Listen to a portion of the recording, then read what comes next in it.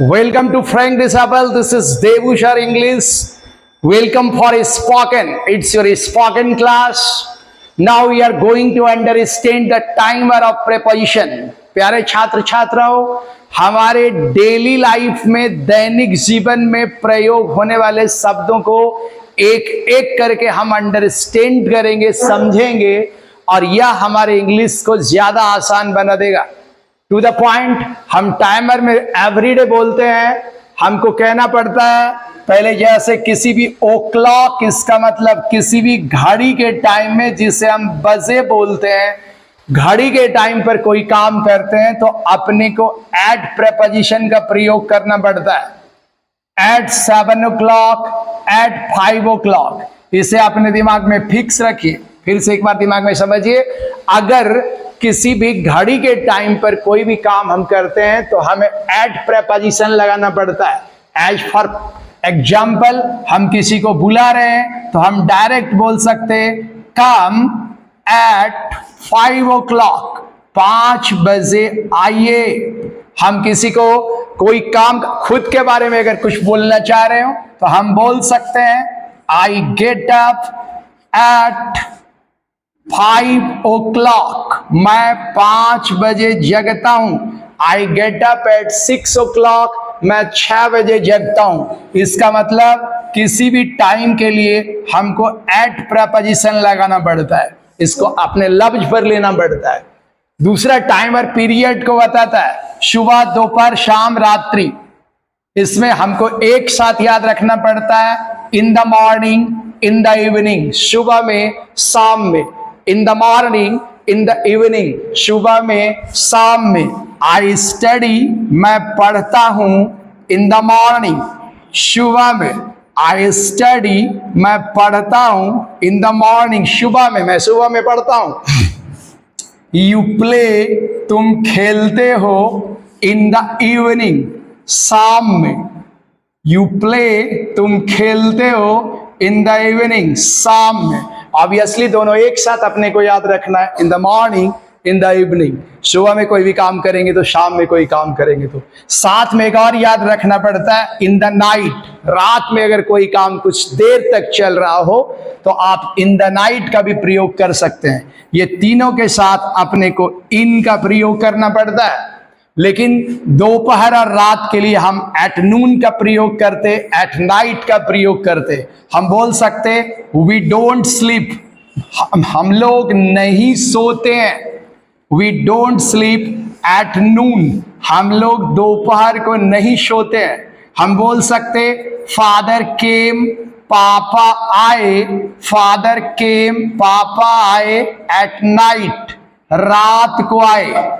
यहां पर दोनों का प्रयोग एक साथ होता है। हाँ, प्रयोग एट नाइट, नाइट के साथ एट भी लगा सकते, नाइट के साथ इन द भी लगा सकते। थोड़ा देखने वाला सवाल यह है कि रात में अगर कोई काम अचानक हो गया, सडनली, रात में कोई काम अगर अचानक हो गया सडनली, तो हम प्रयोग करते हैं एट नाइट का। रात में कोई काम कुछ देर तक चला तो इन द नाइट। पापा रात में आए, इसका मतलब अचानक आए, एक एग्जैक्ट टाइम पर 7:50, 9:20।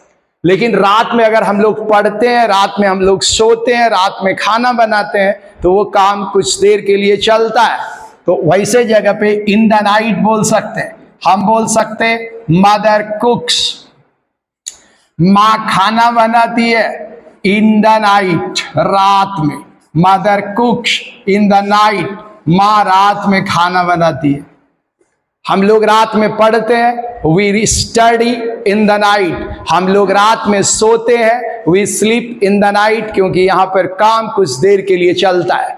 जबकि एट नाइट, रात को बम फूटा, the bomb blasted at night, वो किसी एक एक्यूरेट टाइम पर फूटा। रात में बिल्ली, हाँ, लंबू के सर पर कूदी, the cat jumped on the head of लंबू। हाँ, एट नाइट और in the night, at night. रात को कोई काम अचानक हो जाता है, हाँ, तो एट नाइट। रात को एक पत्थर गिरा, आई स्टोन फेल एट नाइट। ये क्लियर हो गया। नाइट के साथ हम दोनों चीज लगा सकते, इन द नाइट और एट नाइट। पीरियड को थोड़ा आगे बढ़ाइए, टाइमर को। अगर कोई भी दिन को कोई काम हुआ, कोई डेट में कोई काम हुआ, कोई दिन किसी तारीख को, वहां पर अपने को ऑन प्रेपोजिशन लगाना पड़ता है। ऑन मंडे, ऑन संडे, किसी तारीख को कोई काम हुआ तो भी ऑन लगाना पड़ता है। On 7th January, on 1st March. As for example, I don't go to college, मैं कॉलेज नहीं जाता। I don't go to college on Sunday, मैं रविवार को कॉलेज नहीं जाता। On Sunday. हाँ, तुम सोमवार को पढ़ते हो, यू स्टडी, तुम पढ़ते हो सोमवार को। ऑन मंडे, इसका मतलब किसी भी दिन का नाम रहेगा, कोई काम हम उस दिन को करेंगे तो ऑन प्रेपोजिशन का प्रयोग होता है। उसी तरह ऑन 7th, 7 तारीख को, ऑन 1st, 1 तारीख को। हाँ, वह 7 तारीख को आया, ही केम ऑन 7th, वह 7 तारीख को आया। तुम 1 तारीख को गए, यू वेंट, तुम गए ऑन 1st, 1 तारीख को। ठीक उसी तरह अगर महीने का नाम रहेगा या ईस्वी का नाम रहेगा, मंथ और ईयर, तो सबके साथ इन लगाना पड़ता है। हाँ, मैं कलकत्ता जाऊंगा जनवरी में, अपन क्या बोल सकते, आई शैल गो टू कलकत्ता इन जनवरी। महीना के नाम दिन के नाम के साथ आर्टिकल के प्रयोग नहीं होते, ये भी याद रखिए। हाँ, तुम फरवरी को आओगे, तुम फरवरी में आओगे, यू विल कम, तुम आओगे इन फरवरी, तुम फरवरी को आओगे। ओके, वह 2026 में अमेरिका जाएगा, he will go to America, he will go to America in 2026।